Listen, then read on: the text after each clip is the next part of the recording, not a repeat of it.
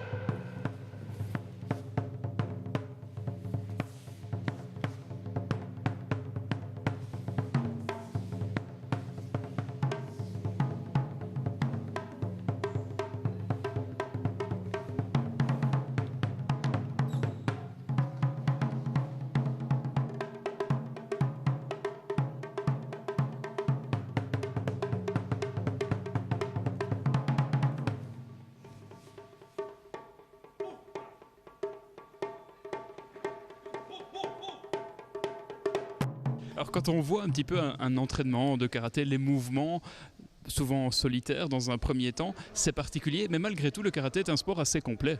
Oui, c'est un sport complet. Premièrement, c'est un sport, il faut se mettre dans l'idée, il faut le faire par passion. Donc au début, c'est vrai qu'on a des parents qui viennent inscrire des enfants pour voir si ça leur plaît.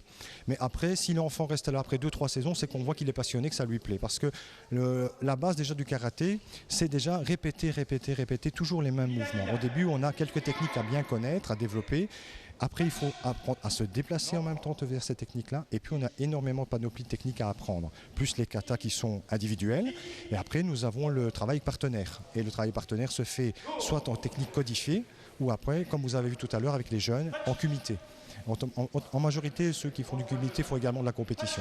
Mais tout le monde n'aime pas énormément le kumité. Donc dans notre groupe, chez nous, on a à peu près une douzaine d'élèves qui le pratiquent sur 50. Quoi. Mais le reste, c'est plutôt un travail individuel et avec partenaire, mais en technique codifiée. Voilà, je suis en compagnie de Michel Cornu, le président du club ici à Wamuel. On va découvrir quelques armes. Expliquez-nous un petit peu les premières qu'on va découvrir ici. Oui, donc ici par exemple, c'est l'arme universelle, le bo, c'est un bâton de 1,83 m. Donc ça, c'est l'arme de base du kobudo, bien sûr. Donc pour le kobudo, d'abord un petit historique. En 1609, c'est le kobudo d'Okinawa. En 1609, le clan des Satsuma du Japon, du sud-Japon, a envahi Okinawa. Et il a interdit toute arme.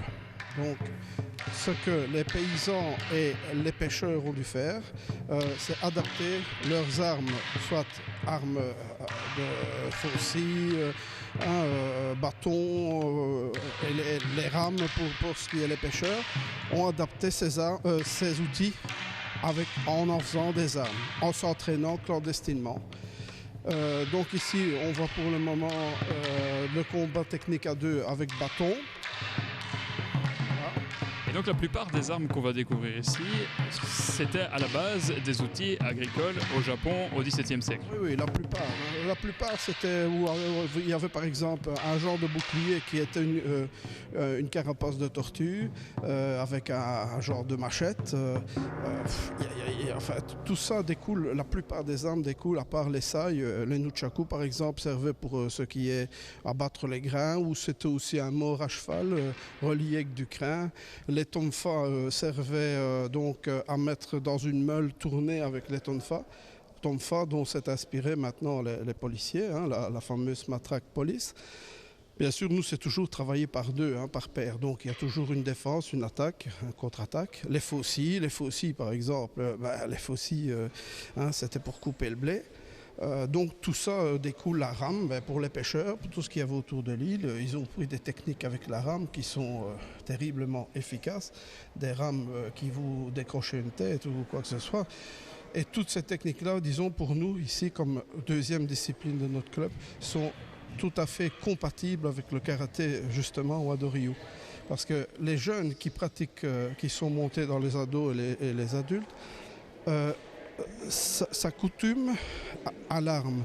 Et l'arme, c'est toujours différent. Travailler avec une arme, il n'y a pas de pitié. Avec une arme, il faut être concentré, il faut anticiper, il faut savoir esquiver. C'est justement le but avec le karaté Wado-Ryu, qui est un karaté basé sur l'art de l'esquive.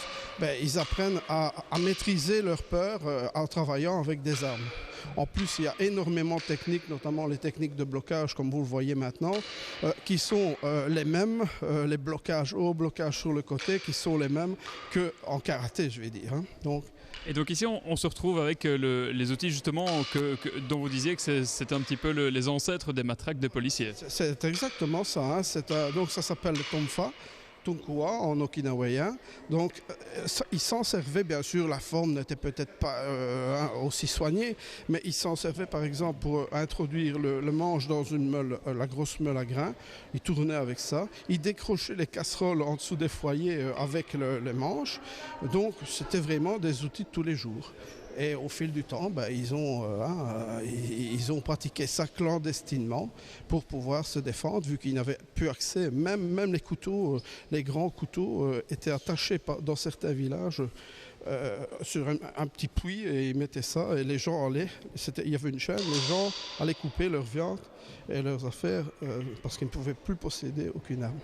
Ici, on va découvrir une nouvelle arme qui fait partie du Kobudo d'Okinawa. Là, justement, on quitte un petit peu le registre des outils agricoles. Oui, disons que c'est peut-être l'exception. Vous avez le trident, le sai, donc ça s'appelle sai. Là, Okinawa, à cette époque, avait énormément de contacts avec la Corée, la Chine. Et cette arme était utilisée par les policiers chinois. Ils avaient deux sai et un petit sai derrière, donc qu'ils mettaient dans le dos, qui servait comme une dague ou au lancer d'ailleurs. Et caractéristique de cette arme, c'est que cette arme est capable justement d'arrêter et de bloquer les lames de sabre. C'était ce qu'il fallait forcément avec les samouraïs, les soldats et tout. Et bon, en plus, c'est une arme très destructrice. Hein. On peut piquer, crocheter, quand on sait s'en servir, c'est très important. Mais ça, c'est l'exception à la règle, c'est l'arme qui vient de Chine. Voilà, je suis en compagnie de Noémie Joly, qui est la médaille de bronze des derniers championnats de Belgique. Alors expliquez-nous un petit peu ce que représente le karaté pour vous. Le karaté, j'ai commencé quand j'étais toute petite. Donc forcément, après, c'est devenu mon loisir et j'ai continué. J'ai commencé à faire des compétitions et franchement, j'ai vraiment bien aimé. Et puis, j'ai plus eu envie d'arrêter. Alors justement, qu'est-ce qui vous plaît? Parce que c'est quand même une discipline, un sport particulier, le karaté. En fait, on peut croire que c'est un sport de garçon parce qu'il y a des combats et tout ça. Mais justement, moi, c'est ce qui me plaît, justement. Ça permet de se défouler et de se changer les idées après l'école et tout ça, quoi. Il y a également une part de culture, de tradition dont il faut s'imprégner. C'est pas difficile, ça? On arrive à s'identifier à cette culture japonaise? C'est vrai que parfois, c'est pas évident, justement, la culture. Mais bon, il y a... ça peut aller. Après, on a l'habitude de toute façon. C'est également un exercice de mémorisation, toutes les différentes techniques, toutes les différentes prises. Il y a un gros travail derrière. On peut croire que c'est difficile, en effet, mais tout ça, c'est un travail qu'on fait à chaque entraînement et ça vient tout seul, en fait. Il n'y a pas de grand travail de mémorisation, ça vient tout seul. On refait toujours les mêmes exercices, donc à la fin, on s'y habitue. Et ça représente combien d'heures justement d'entraînement par semaine?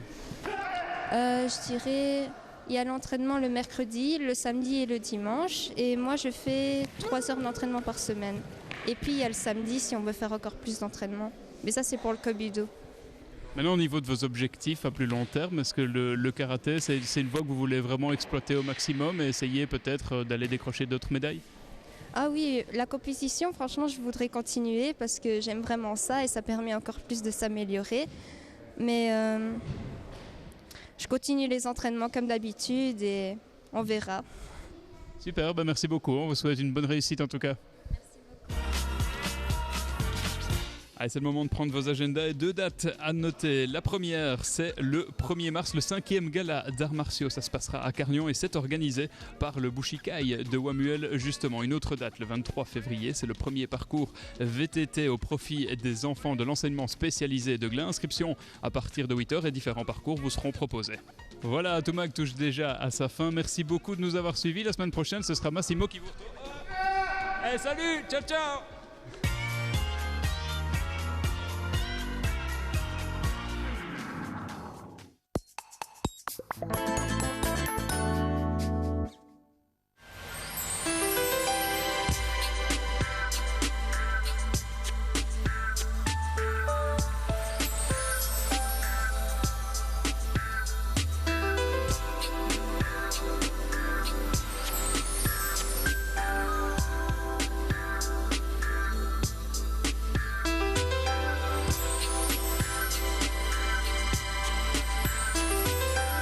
Nous avons bâti une réputation de 30 ans sur le bouche à oreille.